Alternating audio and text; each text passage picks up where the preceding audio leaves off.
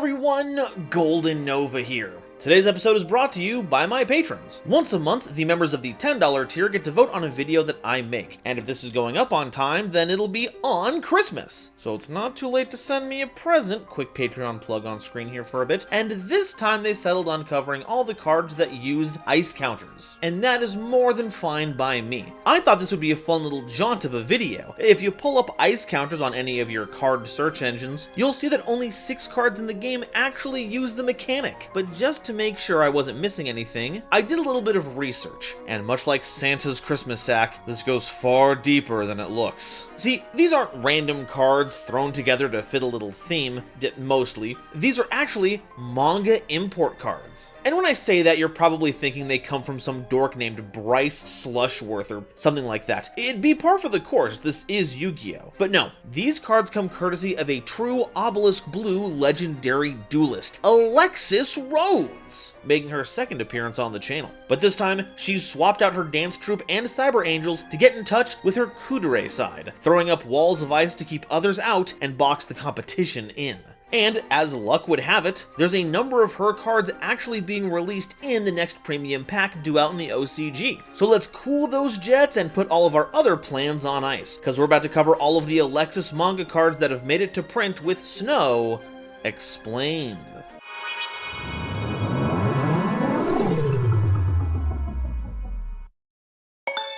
Today's episode is brought to you by my lovely patrons, as well as the wonderful people over at Dragon Shield. Get the sleeves as strong as dragon scales and save 5% on your order by using coupon code GoldenNova at checkout. So what's the deal with the Snow cards? Well, as a series of loosely affiliated cards, I can't really give you a succinct synopsis. They're all water attribute at least, thank goodness, and while you can expect a number of types to be represented here, Spellcaster is the one you're going to be seeing most often. Cards that use ice counters oftentimes leverage them as a way to mess with your opponent, keeping them from attacking, lowering their attack power, and boosting your own. You can even Raigeki their entire field if you want. And if they don't use ice counters, they still kind of mess with your opponent, either by assembling your freezing fighting force or locking off your opponent's actions. Turns out, Cold Wave is still perfectly legal if you squint your eyes a bit. Let's start with Crystal Girl, a level 1 spellcaster monster with 200 attack and 100 defense, and if this card is normal or special summoned, you can activate this effect. During the end phase of this turn, you add a level 5 or higher water monster from your deck to your hand. And if you control a level 5 or higher water monster and this card is in your grave, you can special summon this card,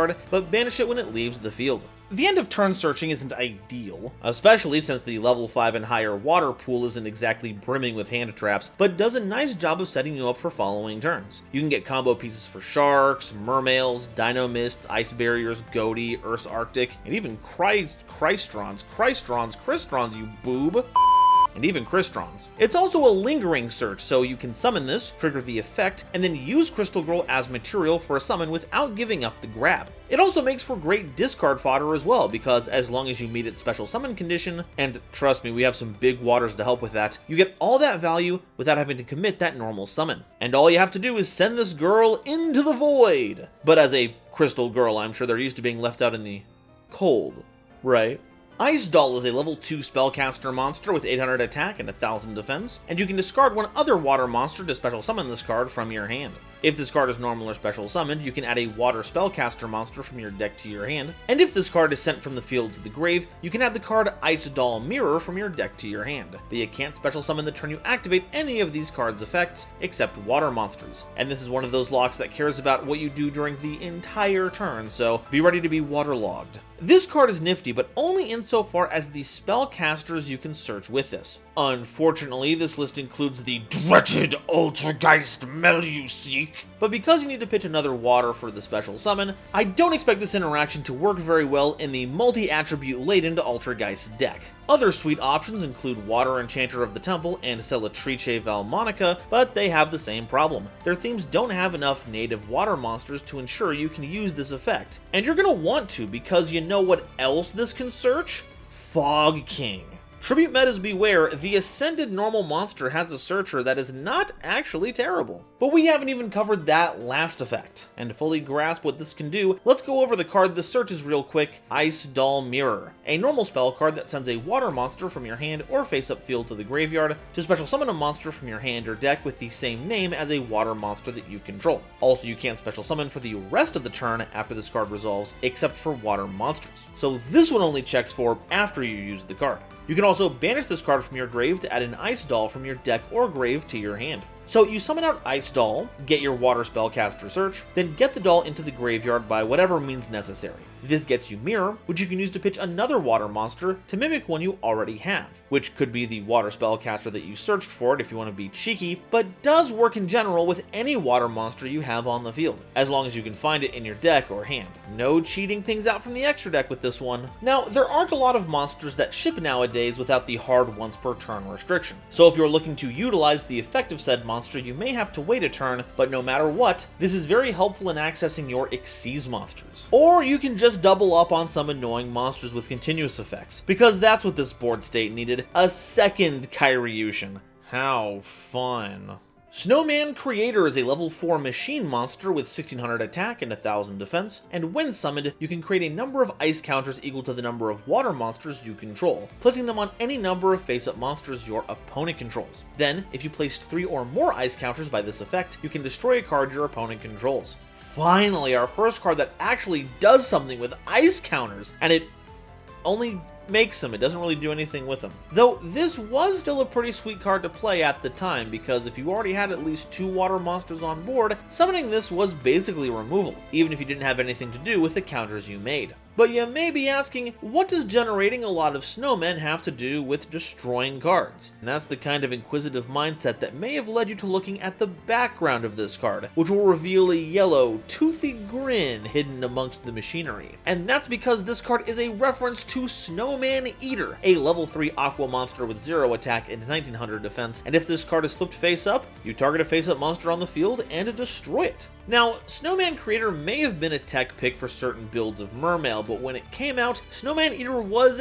everywhere. Turns out, Maneater Bug is actually a decent card if you give it a defense stat that's worth a darn. Releasing in the midst of 5Ds, Snowman Eater basically blocked any normal summon your opponent could leverage, and answered many synchro monsters that tried running over this. And if it somehow survived the onslaught, well great, a level 3 non-tuner is a wonderful jumping off point for making more synchros. And hey, you know what? As long as you're here, we might as well polish off the reference showcase with Snowman Effect, a normal trap card that targets a face-up monster you control, having it gain attack equal to the combined original attack of the other monsters you control until the end of the turn, but it can't attack directly the turn you activate this effect. So you can activate this defensively to ward off an attack, or use this to punch through a big monster offensively. Just don't expect to close out too many games with this. Now, what does any of that have to do with Snowman Eater's destruction effect? Nothing! This is just a snowball reference, and it doesn't even mess with your opponent, so it's not really in line with the rest of the cards in this video, but I'll be damned if I miss an opportunity to talk about these cards. I mean, there's nowhere else to cover them!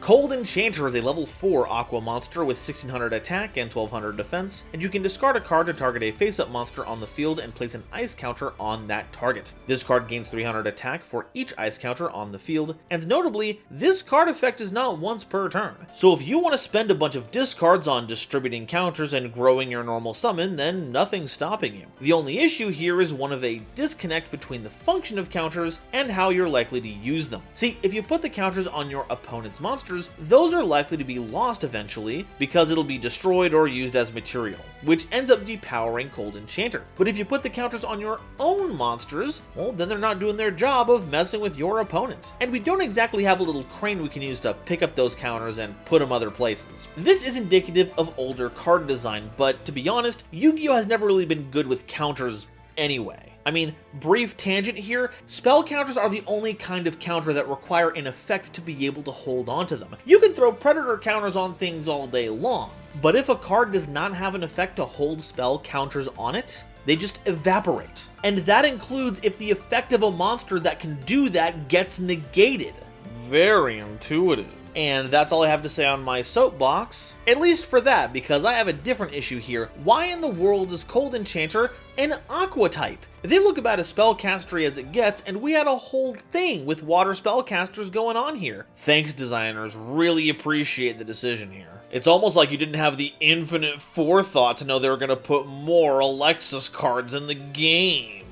Snow Dragon is a level 4 dragon monster with 1400 attack and 900 defense, and when this card is destroyed by battle or by card effect and sent to the grave, place an ice counter on each face-up monster on the field. That's right, they're all getting hit with the cold snap. No way to avoid it by just sequencing your attacks correctly and shouldering the ice counters on some lone operative. Heck, it even triggers on effect destruction, which not only means less ways for your opponent to bypass this, it doesn't care who destroys it, which means you can play a card that destroys it, so you can initiate the ice counter spread. That's kinda goofy. Normally you have to jump through a lot of hoops to laden your opponent with your counters. I mean, look how tough it is for Predaplants to do that with Predator counters, and that's an actually good modern theme. Though, I guess that's the deal here. Unlike the Snow cards, Predaplants are actually good. But we're not talking about you, Snow Dragon. You and your rotund tummy are basically perfect. Don't let anyone tell you otherwise. Fun fact for everyone at home, this guy's got such a big tumbo because that's where all the ice counters are stored. I love him. Blizzard Princess is a level 8 spellcaster monster with 2800 attack and 2100 defense that you can tribute summon in face-up attack position by attributing a spellcaster monster. And after this card was normal summoned, your opponent can't activate spell or trap cards for the rest of the turn. So if you want to ensure your opponent doesn't interrupt you with any pesky back row, this is the way to do it. And the way it's worded, your opponent's going to have to negate the summon outright or have a card like Skill Drain already active on the board, because that stun effect, it doesn't activate. It applies the second it gets normal summoned, and you get a 2800 attack monster attached to it to boot to kick your opponent's doors down. Figure out a way to loop this back into your hand while tribute summoning it over and over again, and you've got yourself a pretty annoying floodgate. And hey, the Monarchs have a few spellcaster monsters, just saying. Oh man, though, it's a shame this doesn't have 1000 defense. This was so close to even having Mega Monarch stats. Now, the only funny thing I can mention here is that the princess fights with a giant chain flail, which comically juxtaposes her size and cheerful demeanor, but nobody's gonna chuckle at that. Anime does that all the time!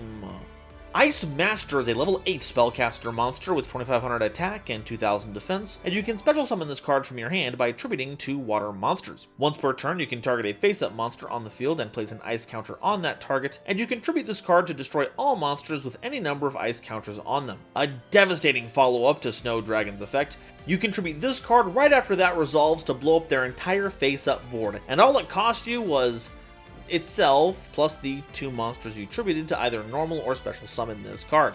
Not really a good return on your rates, if I'm being honest. You want to grab some alternative cards that can revive this for cheaper, because summoning this the intended way is going to be a bother. Heck, you can't even pull off the board wipe at quick effect speed. What's this all about? With this as a boss monster, this deck seems easy to pick up, but difficult with Master. Ice Queen is a level 8 spellcaster monster with 2900 attack and 2100 defense that can't be special summoned from the graveyard. When this face-up card you control is destroyed and sent to the grave, you can target a spell card in your grave and add it to your hand, but you must have 3 spellcaster monsters in your grave to activate and resolve this effect. This is,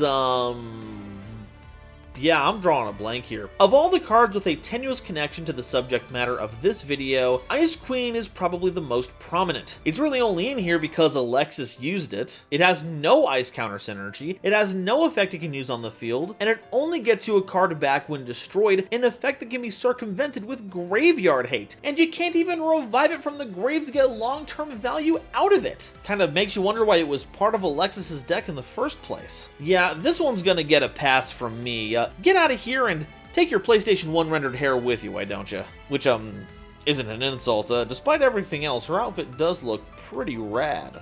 Snow Dust Dragon is a level 8 dragon monster with 2800 attack and 1800 defense, another near Mega Monarch miss, and you can special summon this card from your hand by removing 4 ice counters from anywhere on the field, and while on the field, other monsters with ice counters on them cannot attack or change their battle position. Now that's messing with your opponent if I've ever seen it. Encasing their monsters in big blocks of ice is a great way to take them out of combat, and with 2800 attack, you'll be able to run over them at your leisure. But the bad news is, it doesn't exclude your own monsters with that effect. Remember how I talked about Cold Enchanter representing a big quandary in ice counter usage? Well, now that bird has come home to roost, because if you want to play both of these cards, you'll have to make sure you don't use Enchanter's effect to put counters on your own cards to keep your buffs intact. Otherwise, you'll incapacitate them with this dragon because it does not care who controls the monsters that has ice counters on them. Isn't Yu-Gi-Oh! Design fun? Aren't the earlier stages of this game a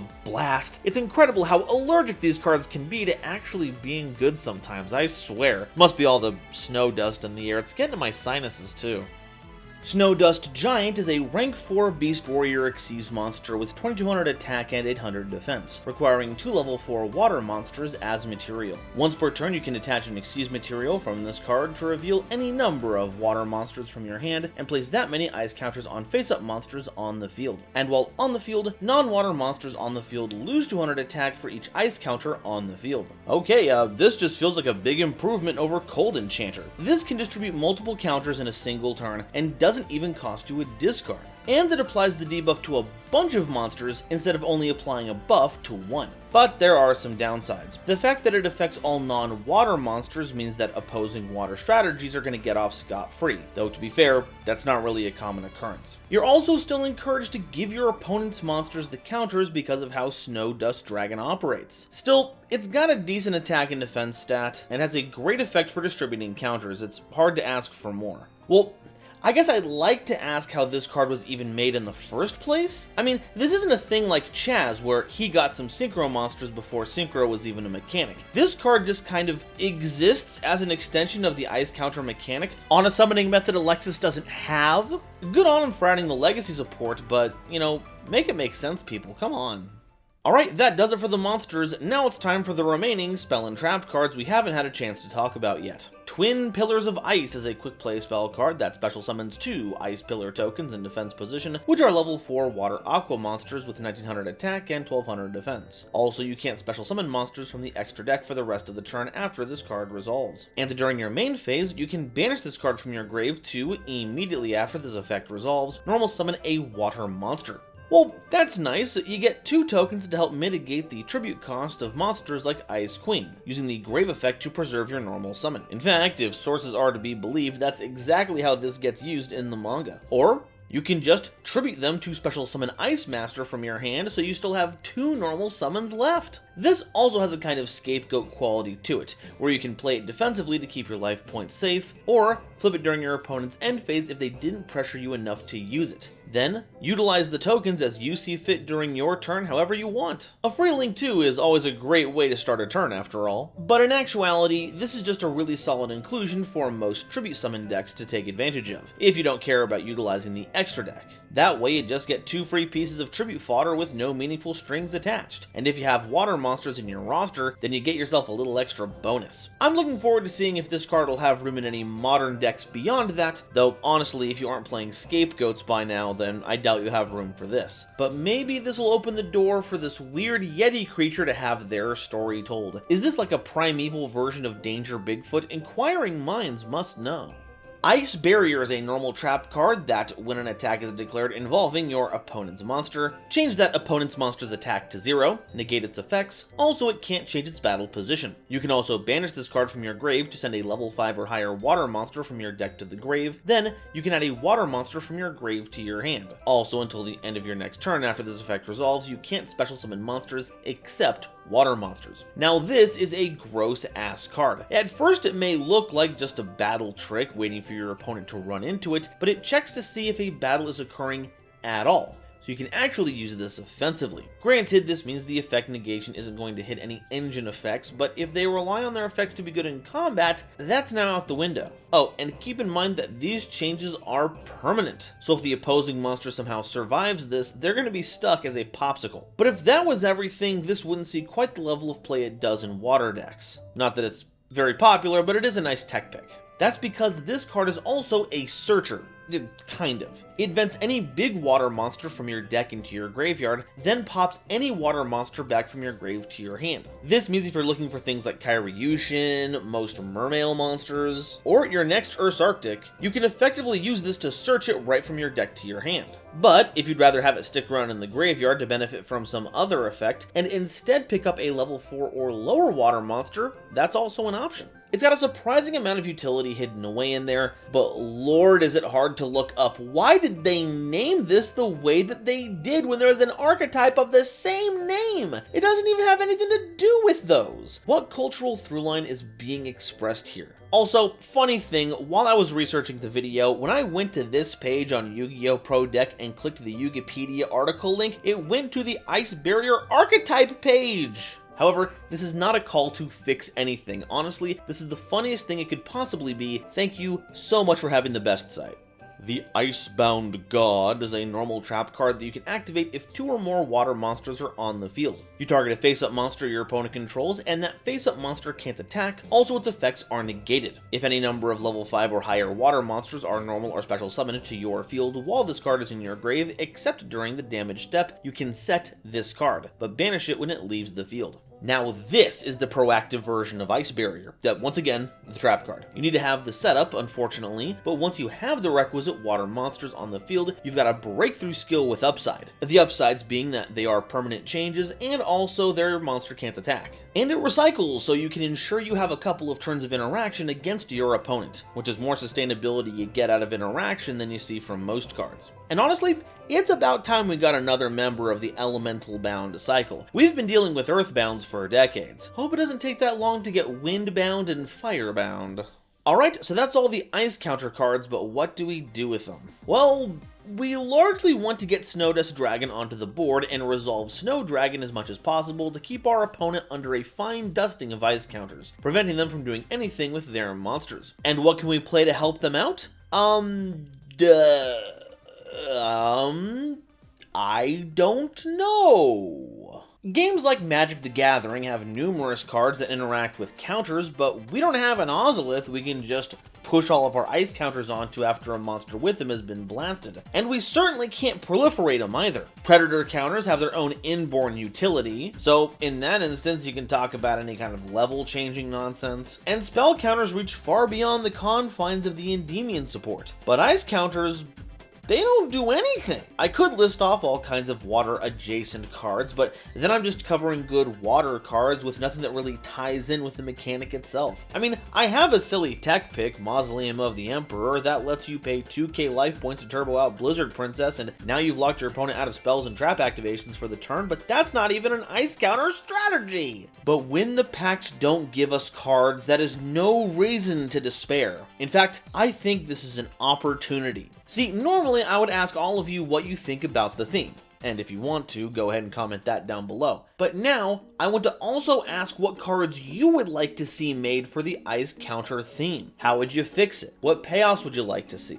Anything to make this an actual coherent deck. Share your crafty creations down below, and if there are enough ones that I find interesting, I might just make a little highlight video showing off the ones that I like the most. And while you're at it, please be sure to like the video if you liked it, subscribe so you don't miss an episode, and be sure to share this video with somebody you know who loves Yu-Gi-Oh! It really does a lot to help me out. Today's episode is brought to you by Dragon Shield. Get the sleeves as strong as dragon scales and get 5% off your order by using the coupon code GoldenNova at checkout. It was also brought to you by my lovely patrons, including this month's illustrious Quasar Commanders Upstairs Media and the Critic of Innocence, Nebula Navigator's Third Dynasty, 50 Gigabytes, Ada Basilisk, Adam Zagidel, Ancient Wizard, Andrew Newman, Battle Axe, Kane Senpai, Chibi Gohan, Christopher Fuss, Clockswork, Comrade Copperbottom, Eric, Frankie, Garland Chaos, Going It/Its for the Bit/Bits, Great Big Pillock, Hair Bear, Happy Majin, Harry the Ominous Benefactor, Iron Zero, Iskander 711, Carp, Marion James E. Picata, Millennia Asta, Muse Clark, Neon Yaminair, Orozco 09096, Panther J, Bat Boos, Rank 10 Trains, Rebel King Lucifer, Red Eyes Jackalow, RJ the Jank Monarch, Thievery Coast and the Wizard Moose, Cosmic Crusaders ally Vatnia, Animasta, Baron Von Titty Sprinkles, Beelzephyr, Fish, Beluga Masta, Blitzwolf, Caesar M, Chazghost, Dr. Reaper, RIP, Eva Padilla, Garylick Bread, Hike Boyagian, Herbal D, Inblink, Kale the Dragon, Lobomaru 02, Manga Pages, Matt Simmons, McSpoofy, Natiel Lee Alexander, Nitromo, Not Al Gore, Nyx, Obsidian, Rainer Leong, Ryan Kairos, Shizuka Nijimura, Sir Knight JCB, Sophie, apparently, Sphilia, Stephen Williamson, The Legendary Raven, The Phantom Knights of Shitted Pants, The Gene,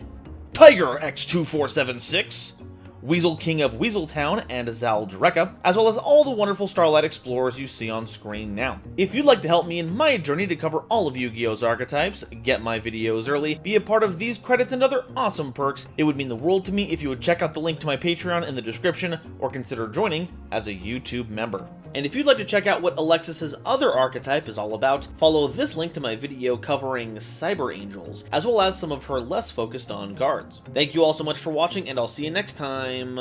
Bye-bye.